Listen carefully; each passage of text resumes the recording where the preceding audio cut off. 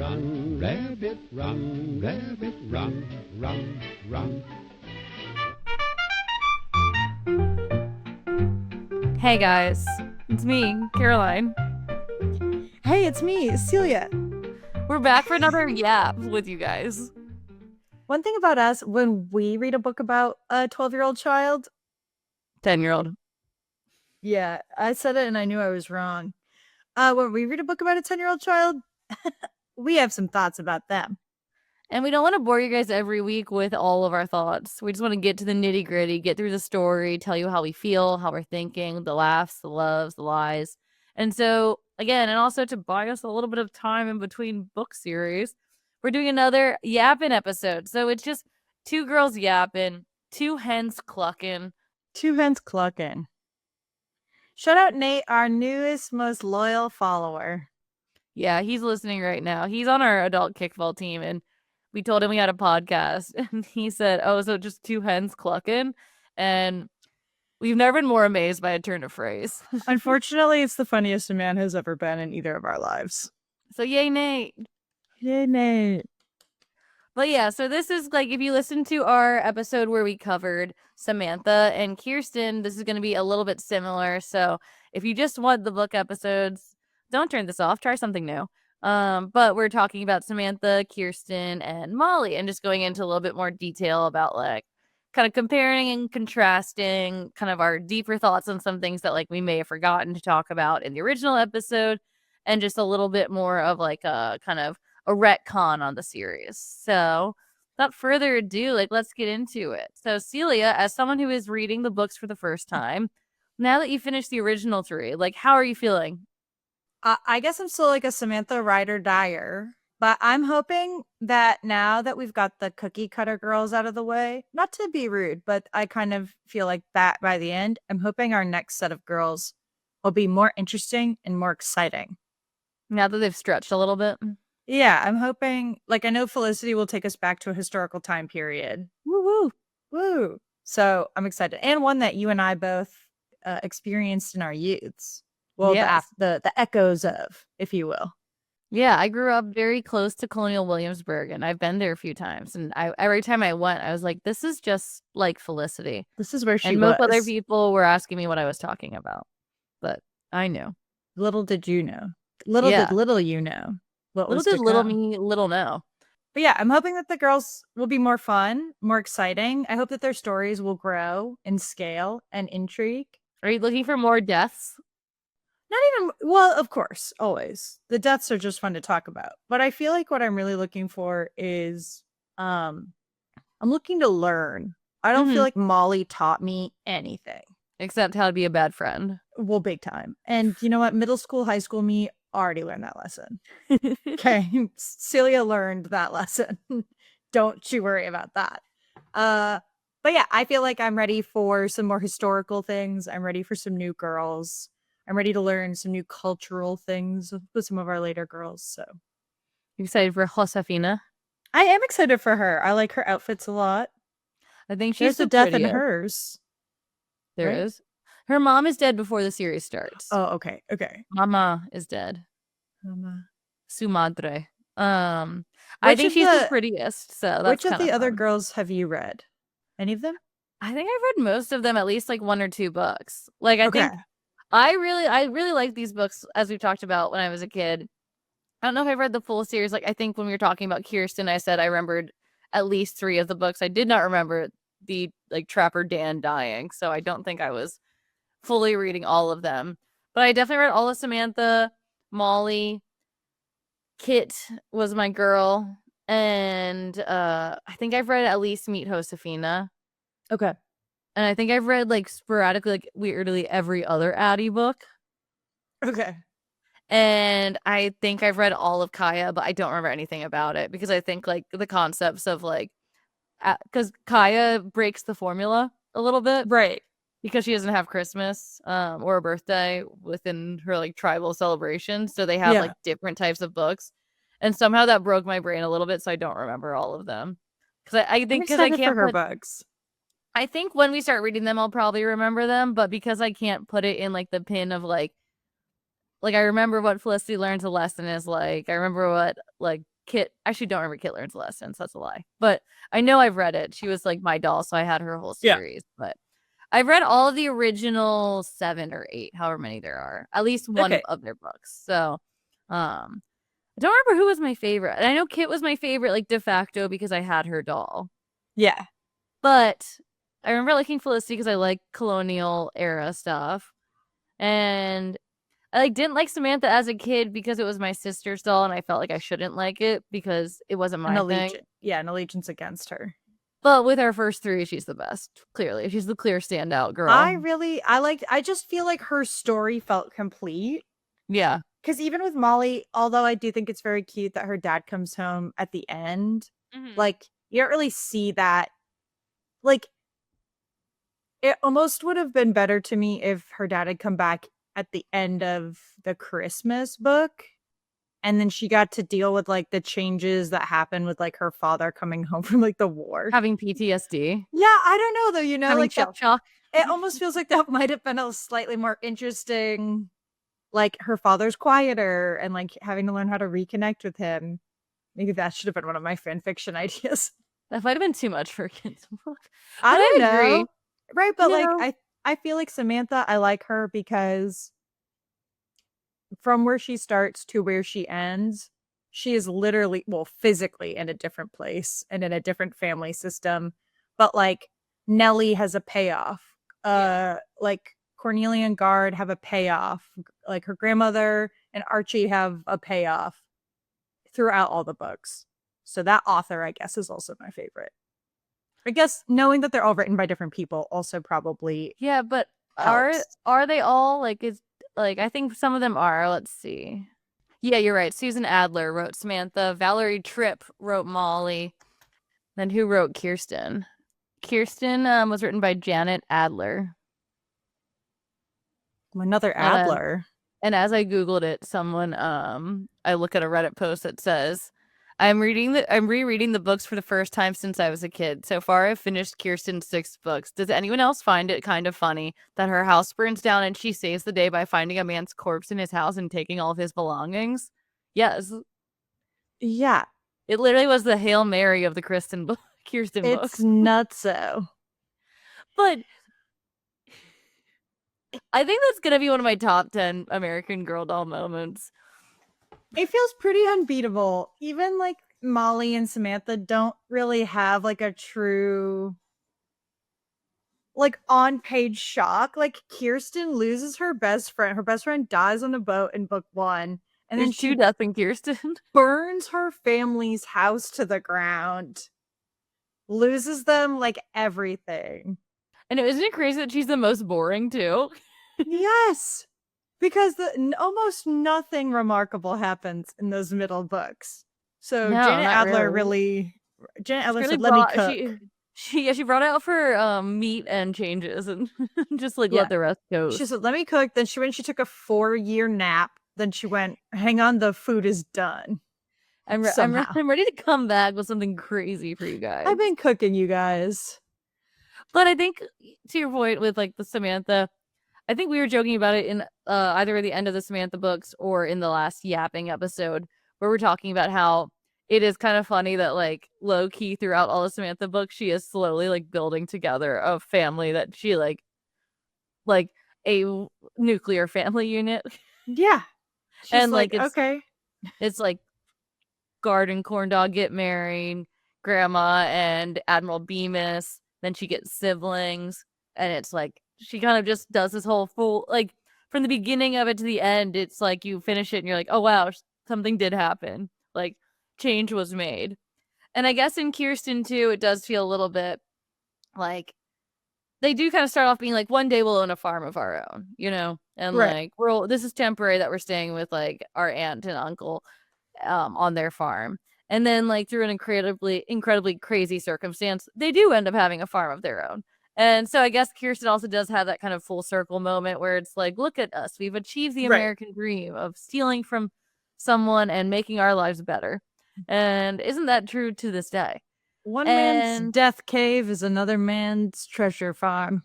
But you're right. With Molly, it just felt like, and I think we kind of echoed this sentiment a lot in the Molly books. The stakes of everything just felt so much lower because, even as we joked, she's allowed to be a child, so the stakes are inevitably lower because we have moved past the era of kind of like parentifying children and giving them like too much responsibility or not allowing them to be kind of immature. And so because of that, it felt like even her dad coming home from the war, it's like she didn't do anything to achieve that. Kirsten and Samantha kind of hustled to make their dreams come true, whether that was burning their own house down and stealing a man's belongings or slowly crafting the family you've always dreamed of, you know? Yeah. I just think Molly doesn't have any drive. No, I was just talking to my friend before we got on this call about Molly, and she was like, yeah, I never wanted to read Molly because I thought she was like boring and kind of a loser. And I told her that she's not a loser in the sense that you're thinking. She's a loser because she's a jerk, and she's the meanest girl we've ever met. Yeah, correct. She's not anybody's friend. But speaking of which, I have a few questions that I thought would be fun for us to answer. Of course, Sharoni. A few little quick questions. So I'll start with one that is a good segue. Who was actually a good friend? In just the Molly books or holistically? Holistically. Which of our girls do you think was really like a good friend?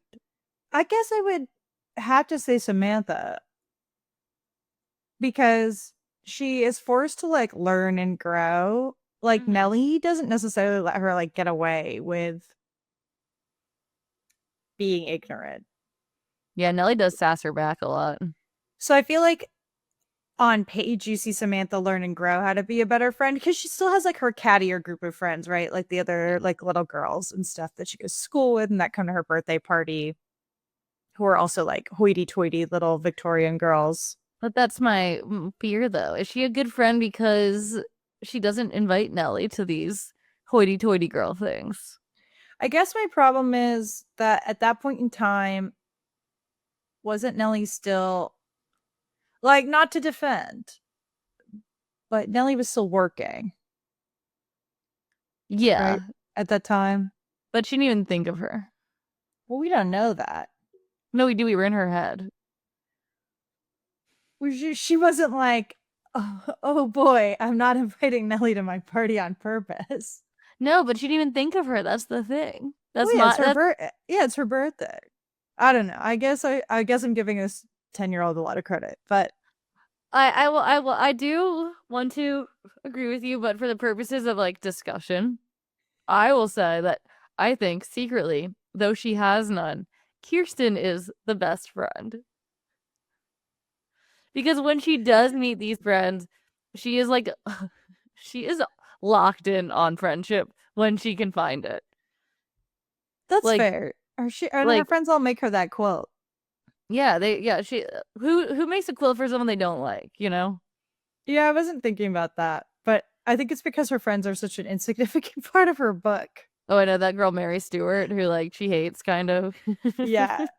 So I feel like I don't disagree with you.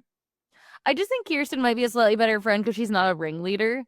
And I think it's easy to be a like benevolent friend when you're dictating how all the friendship goes a little bit. And again, not to diss Sam, but she has very much like head bitch in charge energy, you know? Oh, yeah. And I don't really see her necessarily being someone who goes with the flow. Or like if things change, I don't see her necessarily being like, yeah, I'm fine doing what everyone else wants to do. I think she's very headstrong, which I think is the making of a good friend. Wait, but I do feel like she got bullied on her birthday into doing what the twins wanted to do. That's true. She's very impressionable. I feel like she's very concerned about other people's like ideas of her in her birthday book. But I don't disagree that I do think it is easier, like you said, to be generous and benevolent as a friend when there are, well, also like she is like wealthy in this time and she is allowed to be a little more frivolous versus like Kirsten is like desperate for any sort of connection because she is just like, well, this is my one day a month out of the house where I don't have to do chore. Yes. But do you remember like when Kirsten and Singing Bird were just like giving each other like tchotchkes? Yes. For like 7 pages of a book. Oh, and she was like desperate to have her doll because her doll would like give her some amount of connection to like other people. So I just think maybe Kirsten is like the most pure in her desire for friendship, you know? I agree. Yes, 100%. Also, the only one who's lost a friend to death, confirmed on page. Yeah, Martha. And also, like, again, I think a little bit with Sam, it is a little bit like of a like status thing. Like, Oh, there's definitely I a think it's even pressure. kind of cool for her and edgy to be like, well, I'm friends with one of the servant girls. How about that? How about that, Edith? I do feel like she would have like some level of that spunk, but I guess I feel like it must go away once those people literally become your sisters. Right? Hopefully. Yeah, but I like we said, we don't know if she was as like one of our listeners commented that they think that the whole like transition was very seamless, and they had a good comment about it on the changes for I think Samantha I read video. it on the YouTube, Yeah, right? Yeah. but we were kind of what's the right word, postulating on if Samantha all of a sudden not being the center of attention would have been difficult for her when she initially had three sisters enter, especially two younger sisters who need a little bit more attention than her. I just have to assume any transition into adding new people, and like this is very reductive, so apologies to any moms listening. If you have one animal, for instance a cat, in your house, and that cat is used to being the only cat in your house, even if they've lived with other cats, so like Hattie, for example, has lived with other cats, she loves other cats, Hattie's also lived alone. Even if your cat has lived with other cats, it does not guarantee if you bring a second or third cat into your household, like there's an integration period. You're supposed to put like one cat in one room and another cat in the other, and like put their food bowls down on either side of the door. And I know people are different, but I just have to assume that going from like these children, I think we talked about this in the episode, going from having one child in your house that you are caring for and providing for to having four is crazy. And four with like three of them having to like basically unlearn how to be, well, Nellie, I guess, really, and then her sisters, how to be like unlearn how to be like servants and be children. That like couldn't possibly be an easy transition. And no one was in therapy in that time period. Correct, right. And like I don't know how prevalent like child psychology was at this time, if at all. Now those girls have some trauma that will never be fully like unlocked. Yeah, and then Nellie gets on the Titanic. That's crazy. We do need to read that one. Yeah, I do think we should. I think we should read that as like a buffer episode sometime in the future. How long is it? I don't know. I don't even know if it's in our drive. Probably is. Everything's in that. Well, she has a list of all the books she's missing, actually. Oh, that behemoth file of ours. I'll look for it, but all right. Who? Then my next question for you then is: speaking of all this misfortune, another great segue. Who was actually the most unfortunate American girl? Oh, whose troubles do you think were the worst? Well, Kirsten. Yeah. Okay, here's the thing. Especially if let's be realistic about all of them, right? If they all were real people and these were autobiographies written by themselves in third person. Yeah, of course. As you do. Yeah. There's no world in which Kirsten's life ever gets better. I know. Even with that farm. And I think we talked about that when we read Kirsten's books. Like that the Peek into the Past, the final one, is just like Kirsten's life will continue to be hard. Will it continue to be hard? Will it continue to be kind of bad? Bye. She's gonna like die of like yellow fever. In her, like, 50s. There's just so much going like against them. I agree. And there's no I can't even argue as a counterpoint for that one. But who would you want to trade lives with for a week? Samantha.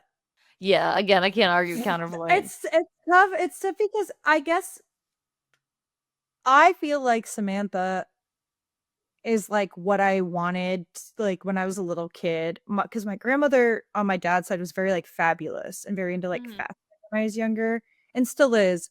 But like to me, because she like did fashion design, I was like, oh, so I should be dressed up in like the most like amazing little princess outfits all the time.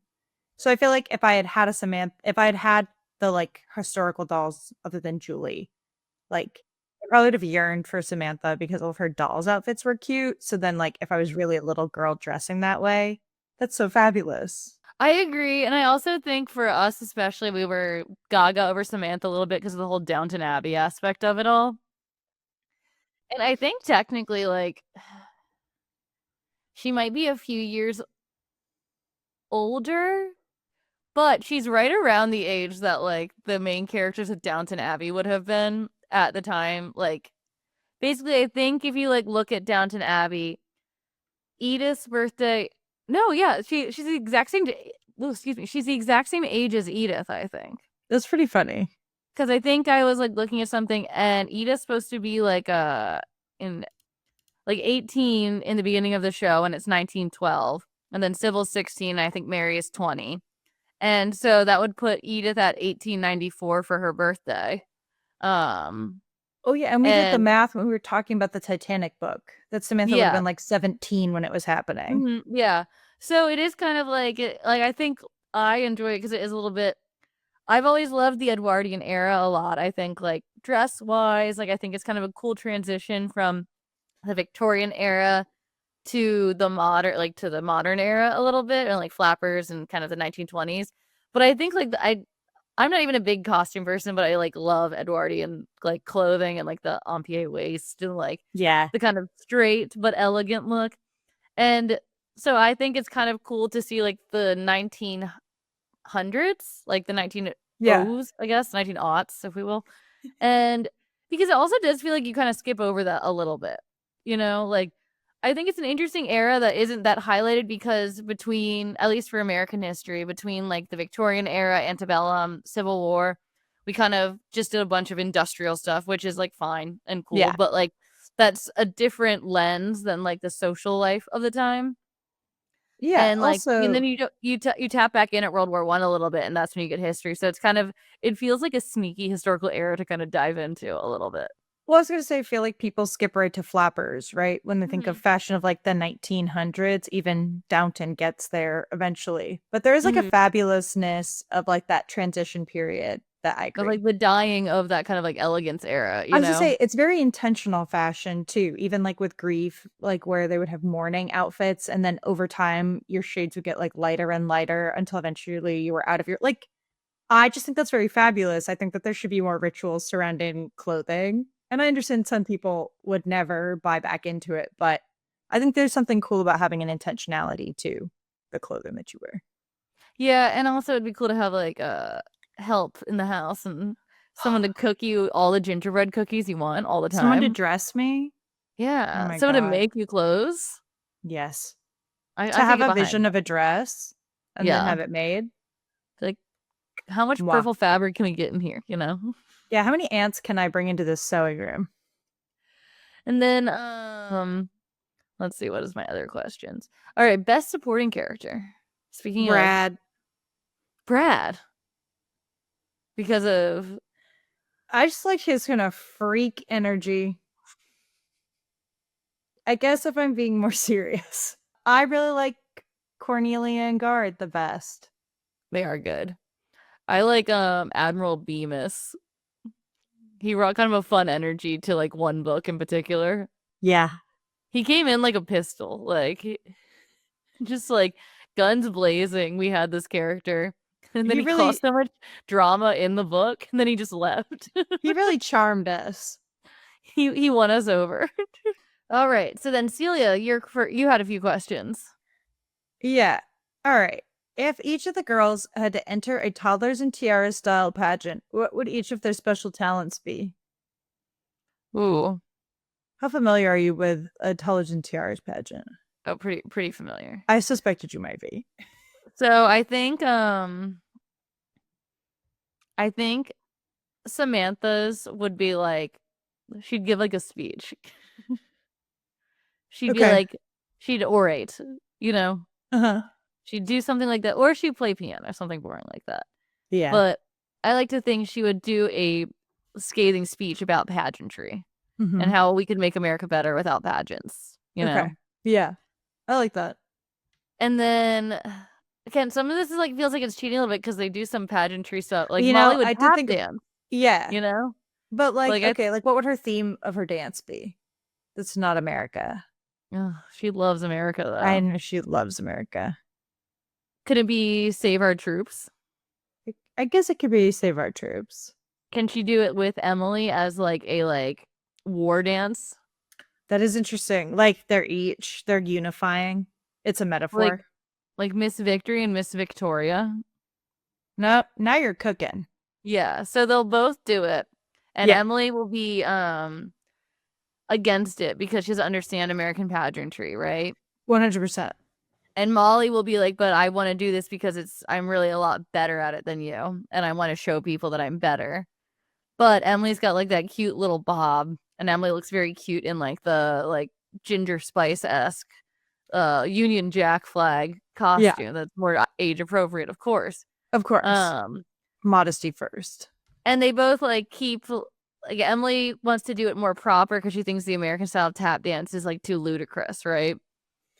Yeah. And they get in a fight about it. And eventually they figure out a cool way to incorporate both dances together. That's something people have never seen before. Okay, I like that. They're inventing modern dance. Yeah, in their performance. They invent crumping. That's crazy. And then Kirsten's, I think, would be sewing. No, it'd be bird calls that she learned from her Native American friend, Singing Bird. I do like that. And it would show her cultural awareness. She'd be on stage. I can't whistle, guys. What do you think their pageantry would be? I think Kirsten's would be that she'd make a little doll. I think hers would be crafting. I think she would show off a craft. Sorry. Yeah. She would be like, here's how you guys make a paper craft doll. And then she would bring out a bunch of hay bales on stage like a psycho and make a little hay doll. A little milkweed doll. Yeah. I'm inclined to agree with you on tap for Molly. Otherwise, I know. I guess she was a good tapper. Maybe I feel like Molly would go on to join color guard. I feel like. Do you know? Oh yeah. So color guard is when you see parades or sometimes they play at sporting events and then they have their own events. It's a mix of things. It's the people who have the fake guns and stuff and they twirl them and stuff. But then there's also the big flags, kind of. But it's also the flags, and then they do all of that artistry. She's 100% gonna do that. Yeah, I was I feel like she wouldn't play a musical instrument. I feel like her mother would never allow a musical instrument in that house because once you have one, you have to say yes to all the rest of the kids. Yeah. Mom's not letting that happen. Since she already likes dancing, I feel like she would like color guard. Yeah, it's kind of an escalation. It's I'm so good at this. I like that. I think that's good. Yeah. And then what's Samantha's talent? Okay. I think that she would play chess or cards. I feel like gin rummy. Yeah, Archie Beams. Feel like he's teaching her the cards for sure. She's a card shark. Yeah, I feel like he's you're gonna dazzle all the lads someday when you pull a scheme on them. Oh, got me again, Samantha. Maybe she'll row. They'll bring in a boat to the arena. She's really good. She's a good bosun. Yes. So those would be my unhinged, unrealistic. Well, other than Molly's, I think Molly's is pretty real. I like that. And then you have one question: which girl would beat up the other girls? And I think that's hands down Samantha. She's the only one who is constantly choosing violence in her head. Yeah, that's I remember true. We had an instance in the last Molly book, which I meant to bring up in the episode and forgot, where Ricky says something that pisses Molly off, and she wanted to hit him, and I was like, oh whoa, this is the first time we've seen a violent impulse since Samantha, because I feel like every other book Samantha was ready to jump. One of the little girls in the Samantha book was constantly ready to attack a little boy. And I do kind of like that energy of those books that people are like, I will kill you. I will jump on Yeah. you and tackle you to the ground. It's over. And we were kind of missing that energy in the 1940s. Yeah, there wasn't enough imagined and implied violence between children. Yeah, they were constantly wailing on each other in Samantha, I feel like. Yeah, I feel like it's because it was like to show like even though they're proper, they still got fight. And it did, and I liked it. Yeah. So I was gonna say I think that all three of them can fight. Mm-hmm. Because I think Molly could get scrappy. She would play dirty. Yes. It would be like a no biting fight, and she would bite. Yes, 100%. But I do think Samantha would win. I think Samantha has too much pent up rage with no outlet. And I feel like Molly, like we said, is allowed to express her feelings like a normal child. Yeah. So I don't feel like she'd have any problems like yelling at someone. Well, on the YouTube page, we are doing polls every time a meat episode comes up where I ask if the new meat girl will beat up the like preceding meat girl. So I think so far, I can double check really quick, but I know that everyone voted that Samantha could beat up Molly, and everyone voted that Felicity would beat up Molly. And I do believe that Samantha and Kirsten were very close in who would beat up who. But I think ultimately, let's see. Oh, no, they were 50-50, guys. So. Who? Which one? Kirsten and Samantha. It checks out. I believe it. So, yeah. So people are undecided, but everyone else, it's Samantha can beat up Molly. Felicity can beat up Molly. But Kirsten and Samantha are tied. So if you want to go on those polls, guys, they're open and fix the deciding votes. They're all the way down on the page, but we got to know. Weigh in. Leave us your thoughts. Who's the heavyweight of the American Girl dolls? And a new Felicity poll against her and Addie will be coming up soon. So let us know your thoughts on that. Feels a little charged. It's going to be a little bit tough, I think. The optics feel a little. But we do uncomfortable things on the American Girl Talk podcast. That's right. Because American history isn't comfortable. Ain't that the truth? Well, I guess that's like a quick, like, before we get to our like silly little bit too. An interesting question that we've kind of talked about off air and a little bit on air is we talk about politics, like modern day, post, like in the past a lot on the show a little bit. And I will say, like, not that I didn't think it would come up, but I have been surprised a little bit with how you can't talk about like an American historical book series without kind of relating it to modern day a little bit. And like, I think there's been things in, ironically, every book we've read so far that are kind of related to things that are going on in America right now a little bit. Like, I think there's like, we have like immigration kind of and issues of that and why it's super cool and wholesome and cute in a book about a blonde, white, Swedish girl to talk about like coming into America. Cause I don't remember them going through a bunch of checks for green cards, but they're here, you know? Right. And so we kind of talked about that with Kirsten a little bit. And then with Samantha, we got kind of on the suffragettes and kind of like social movements and how they have backing and how they grow. And then with Molly, we kind of talked about just like the idea of America a little bit and like the like Americana fervor and whether it's warranted or not. And I think it's just been, I didn't expect us not to talk about it, but I didn't expect it to be kind of as easily pushed into the books as it is, if that makes sense. Where it's like, it wasn't like, I don't feel like when we brought it up, it was us like trying to ham fist the idea of like a political bend to a story. It feels like it's just like you couldn't not talk about because all those things are relevant to America's identity. So I just kind of want to know your thoughts on like, were you surprised that it was like so not political, but like political, I guess, you know?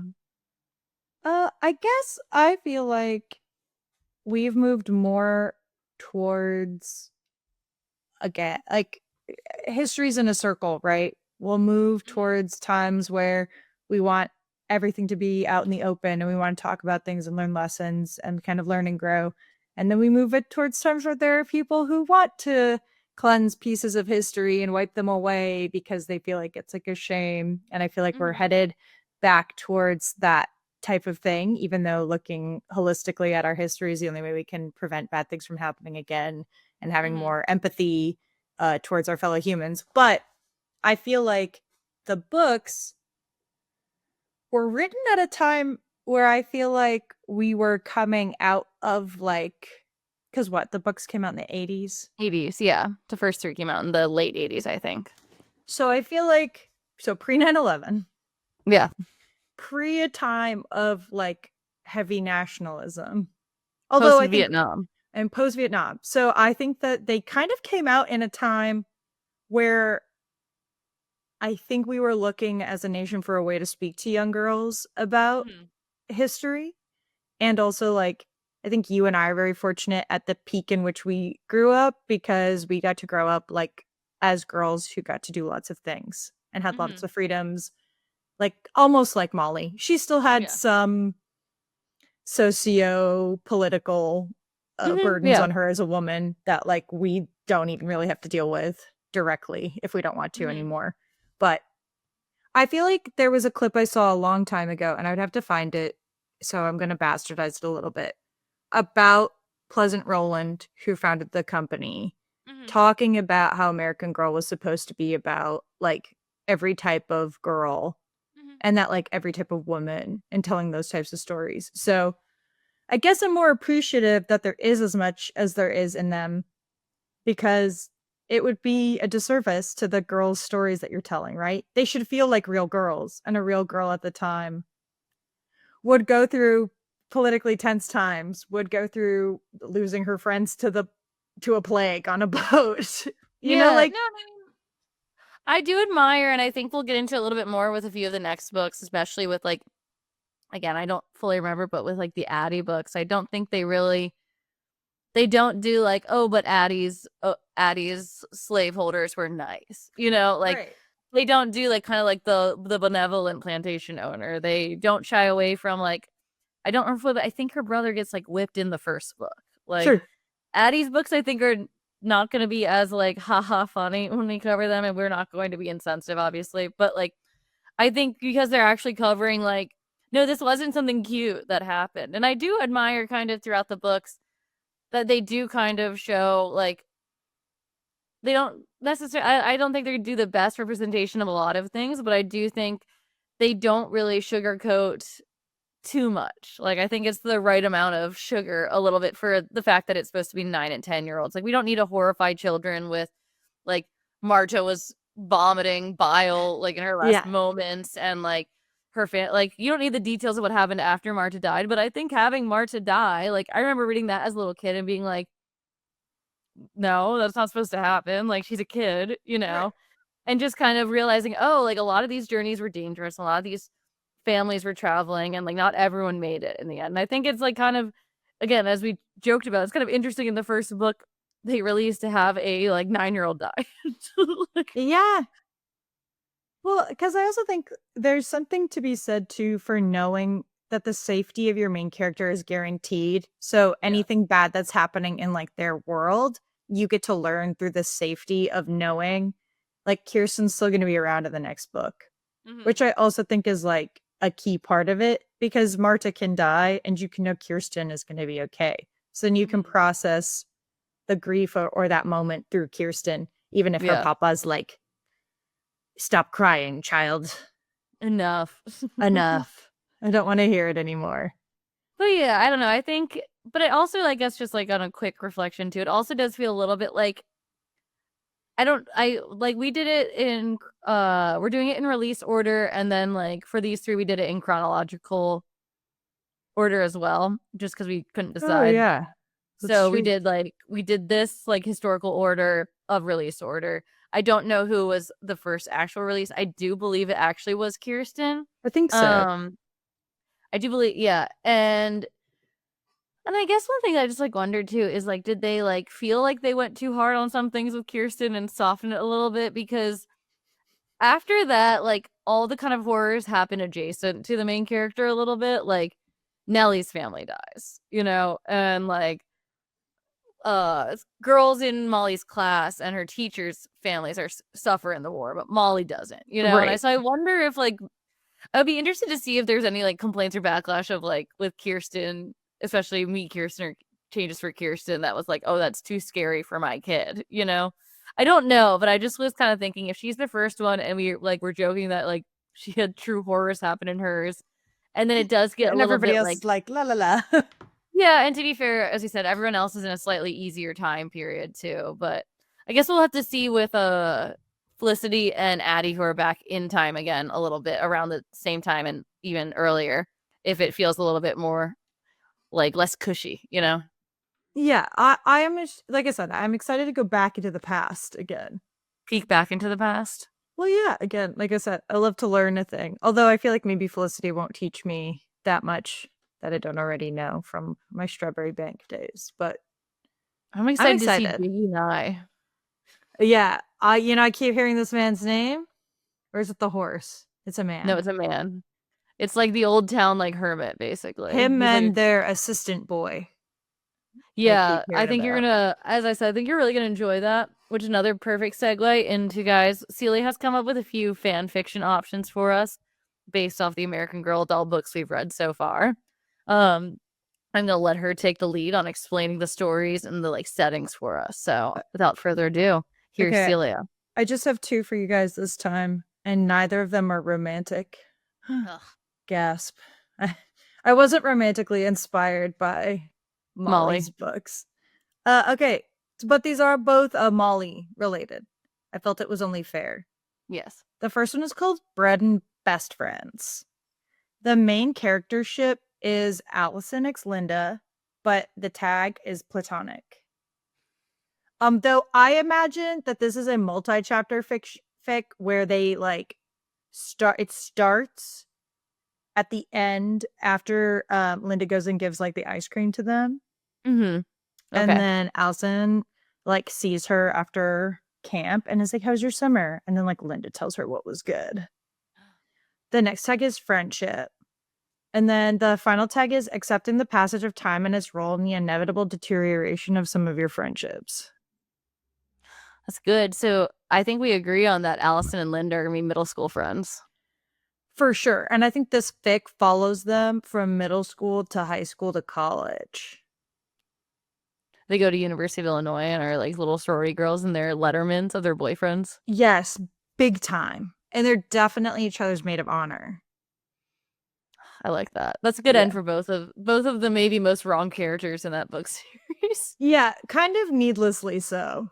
And I will say, would Linda wasn't completely innocent of everything. She was a monster to Emily. She was super xenophobic, but yeah, don't know if a ignorant kid not understanding that different countries work differently deserves having her greatest fear dumped on her head by her 2 closest friends. no, but also I wanted to say something about Linda that I thought was interesting. I went back to her character page. Mm-hmm. She's described as a practical schemer. So I thought that was very interesting to go back to because I don't think I caught it. Like I just skimmed right past that page when I read Molly Saves the Day. So I thought it was funny to go back and clock it when I was thinking about ideas for my fan fictions. I know. I think I always liked Linda because I thought she was the prettiest, and as a child, I was like very pretty biased. I think, as we all were. You yearned for it, yeah. Yeah, I wanted like straight dark hair, and I was like her raven locks. Yeah, I was like, that is such a cool looking girl. Like, dang, why can't that's an American girl. Why can't she be me? You know. I understand. All right, what's the second one we got? Okay, my second one is A Soldier's Farewell. Okay, this one is Miss Campbell x her soldier fiance. This is an epistolary fiction, so it's all letters. It's written, every chapter is a letter from one of them to the other. The next tag is yearning. Mm-hmm. And then the next tag is major character death. And the last one is grief. Did she write letters to him after he's dead? Yeah, I imagine that's what the grief tag is for. She's processing it in the aftermath. And then I imagine towards the end after her last, like she thinks it's all over, a delayed letter from the front comes to her from him talking about the life he imagined for them. Oh, that's such a bummer. And that's the final chapter.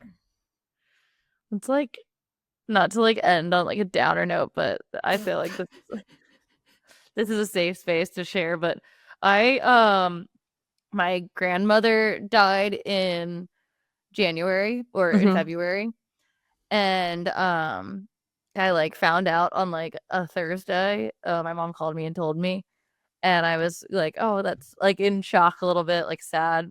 And then I went to my mailbox that day, and my birthday card from my grandmother who had just died had finally arrived.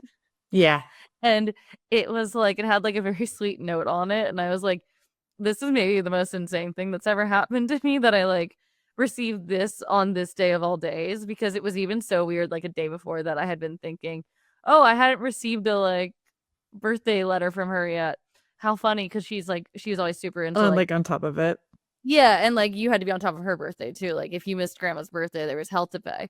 So it was just like kind of the insanity of like finding out my grandma's dead and then going to my mailbox, like trying to go through my regular day, and then having a letter from like my grandma. I was like, hey, not today, please. So I would read it. I've experienced it. I like it. I think it's a good, like, if I was like mopey and sad, I would write like a fan fiction like this. I think it's an interesting concept too. How old do we think Miss Campbell was? Probably like 20, 23. She'll be fine. She was the most beautiful woman in Jefferson, so I think she's the most beautiful woman for Molly, for sure. Molly will take her. Molly was gonna grow up and realize she's a late in life lesbian. That's 100% what's gonna happen in her to Molly. 40s. I saw a woman on TikTok that looked like grown up Molly the other day, and it was mostly because she was wearing like pinstripe red pajamas. And had glasses. She looked like Molly in the picture when she's bitching out Emily. Like, that'll do it. I almost sent it to you, but the whole video was too long and you wouldn't have watched it because it wasn't relevant to you in any other way. So. I understand. Well, I will say, I feel like that art is the best Molly ever looked. It was, yeah. She was it, except for her Miss Victory. That's true. I also like that one. Yeah, when do we think Molly like became like? Do we think in like middle school Molly started curling her hair again? Oh, I really feel like she probably kept it. Yeah. Or I feel like she would at least do away with the glasses. Like, I feel like when she realized, I have such a dumb question. Like, when were contacts like commonplace? I was thinking that too. Contacts become popular. This is 1964 is when Lyndon... There's definitely an American Girl doll from that year. Yeah. Was when Lyndon B. Johnson became the first president in history to appear in public wearing contact lenses. So I'm not sure how specifically helpful that is. I bet they're like a 50s thing. Oh, this is like 1939 is when they started to develop them for... Oh, yeah. Lighter plastic versions introduced in the 1930s and increasingly breathable polymers from the 1960s on. So she would have been able... I feel like Molly would have toughed out being a little blind to be hot.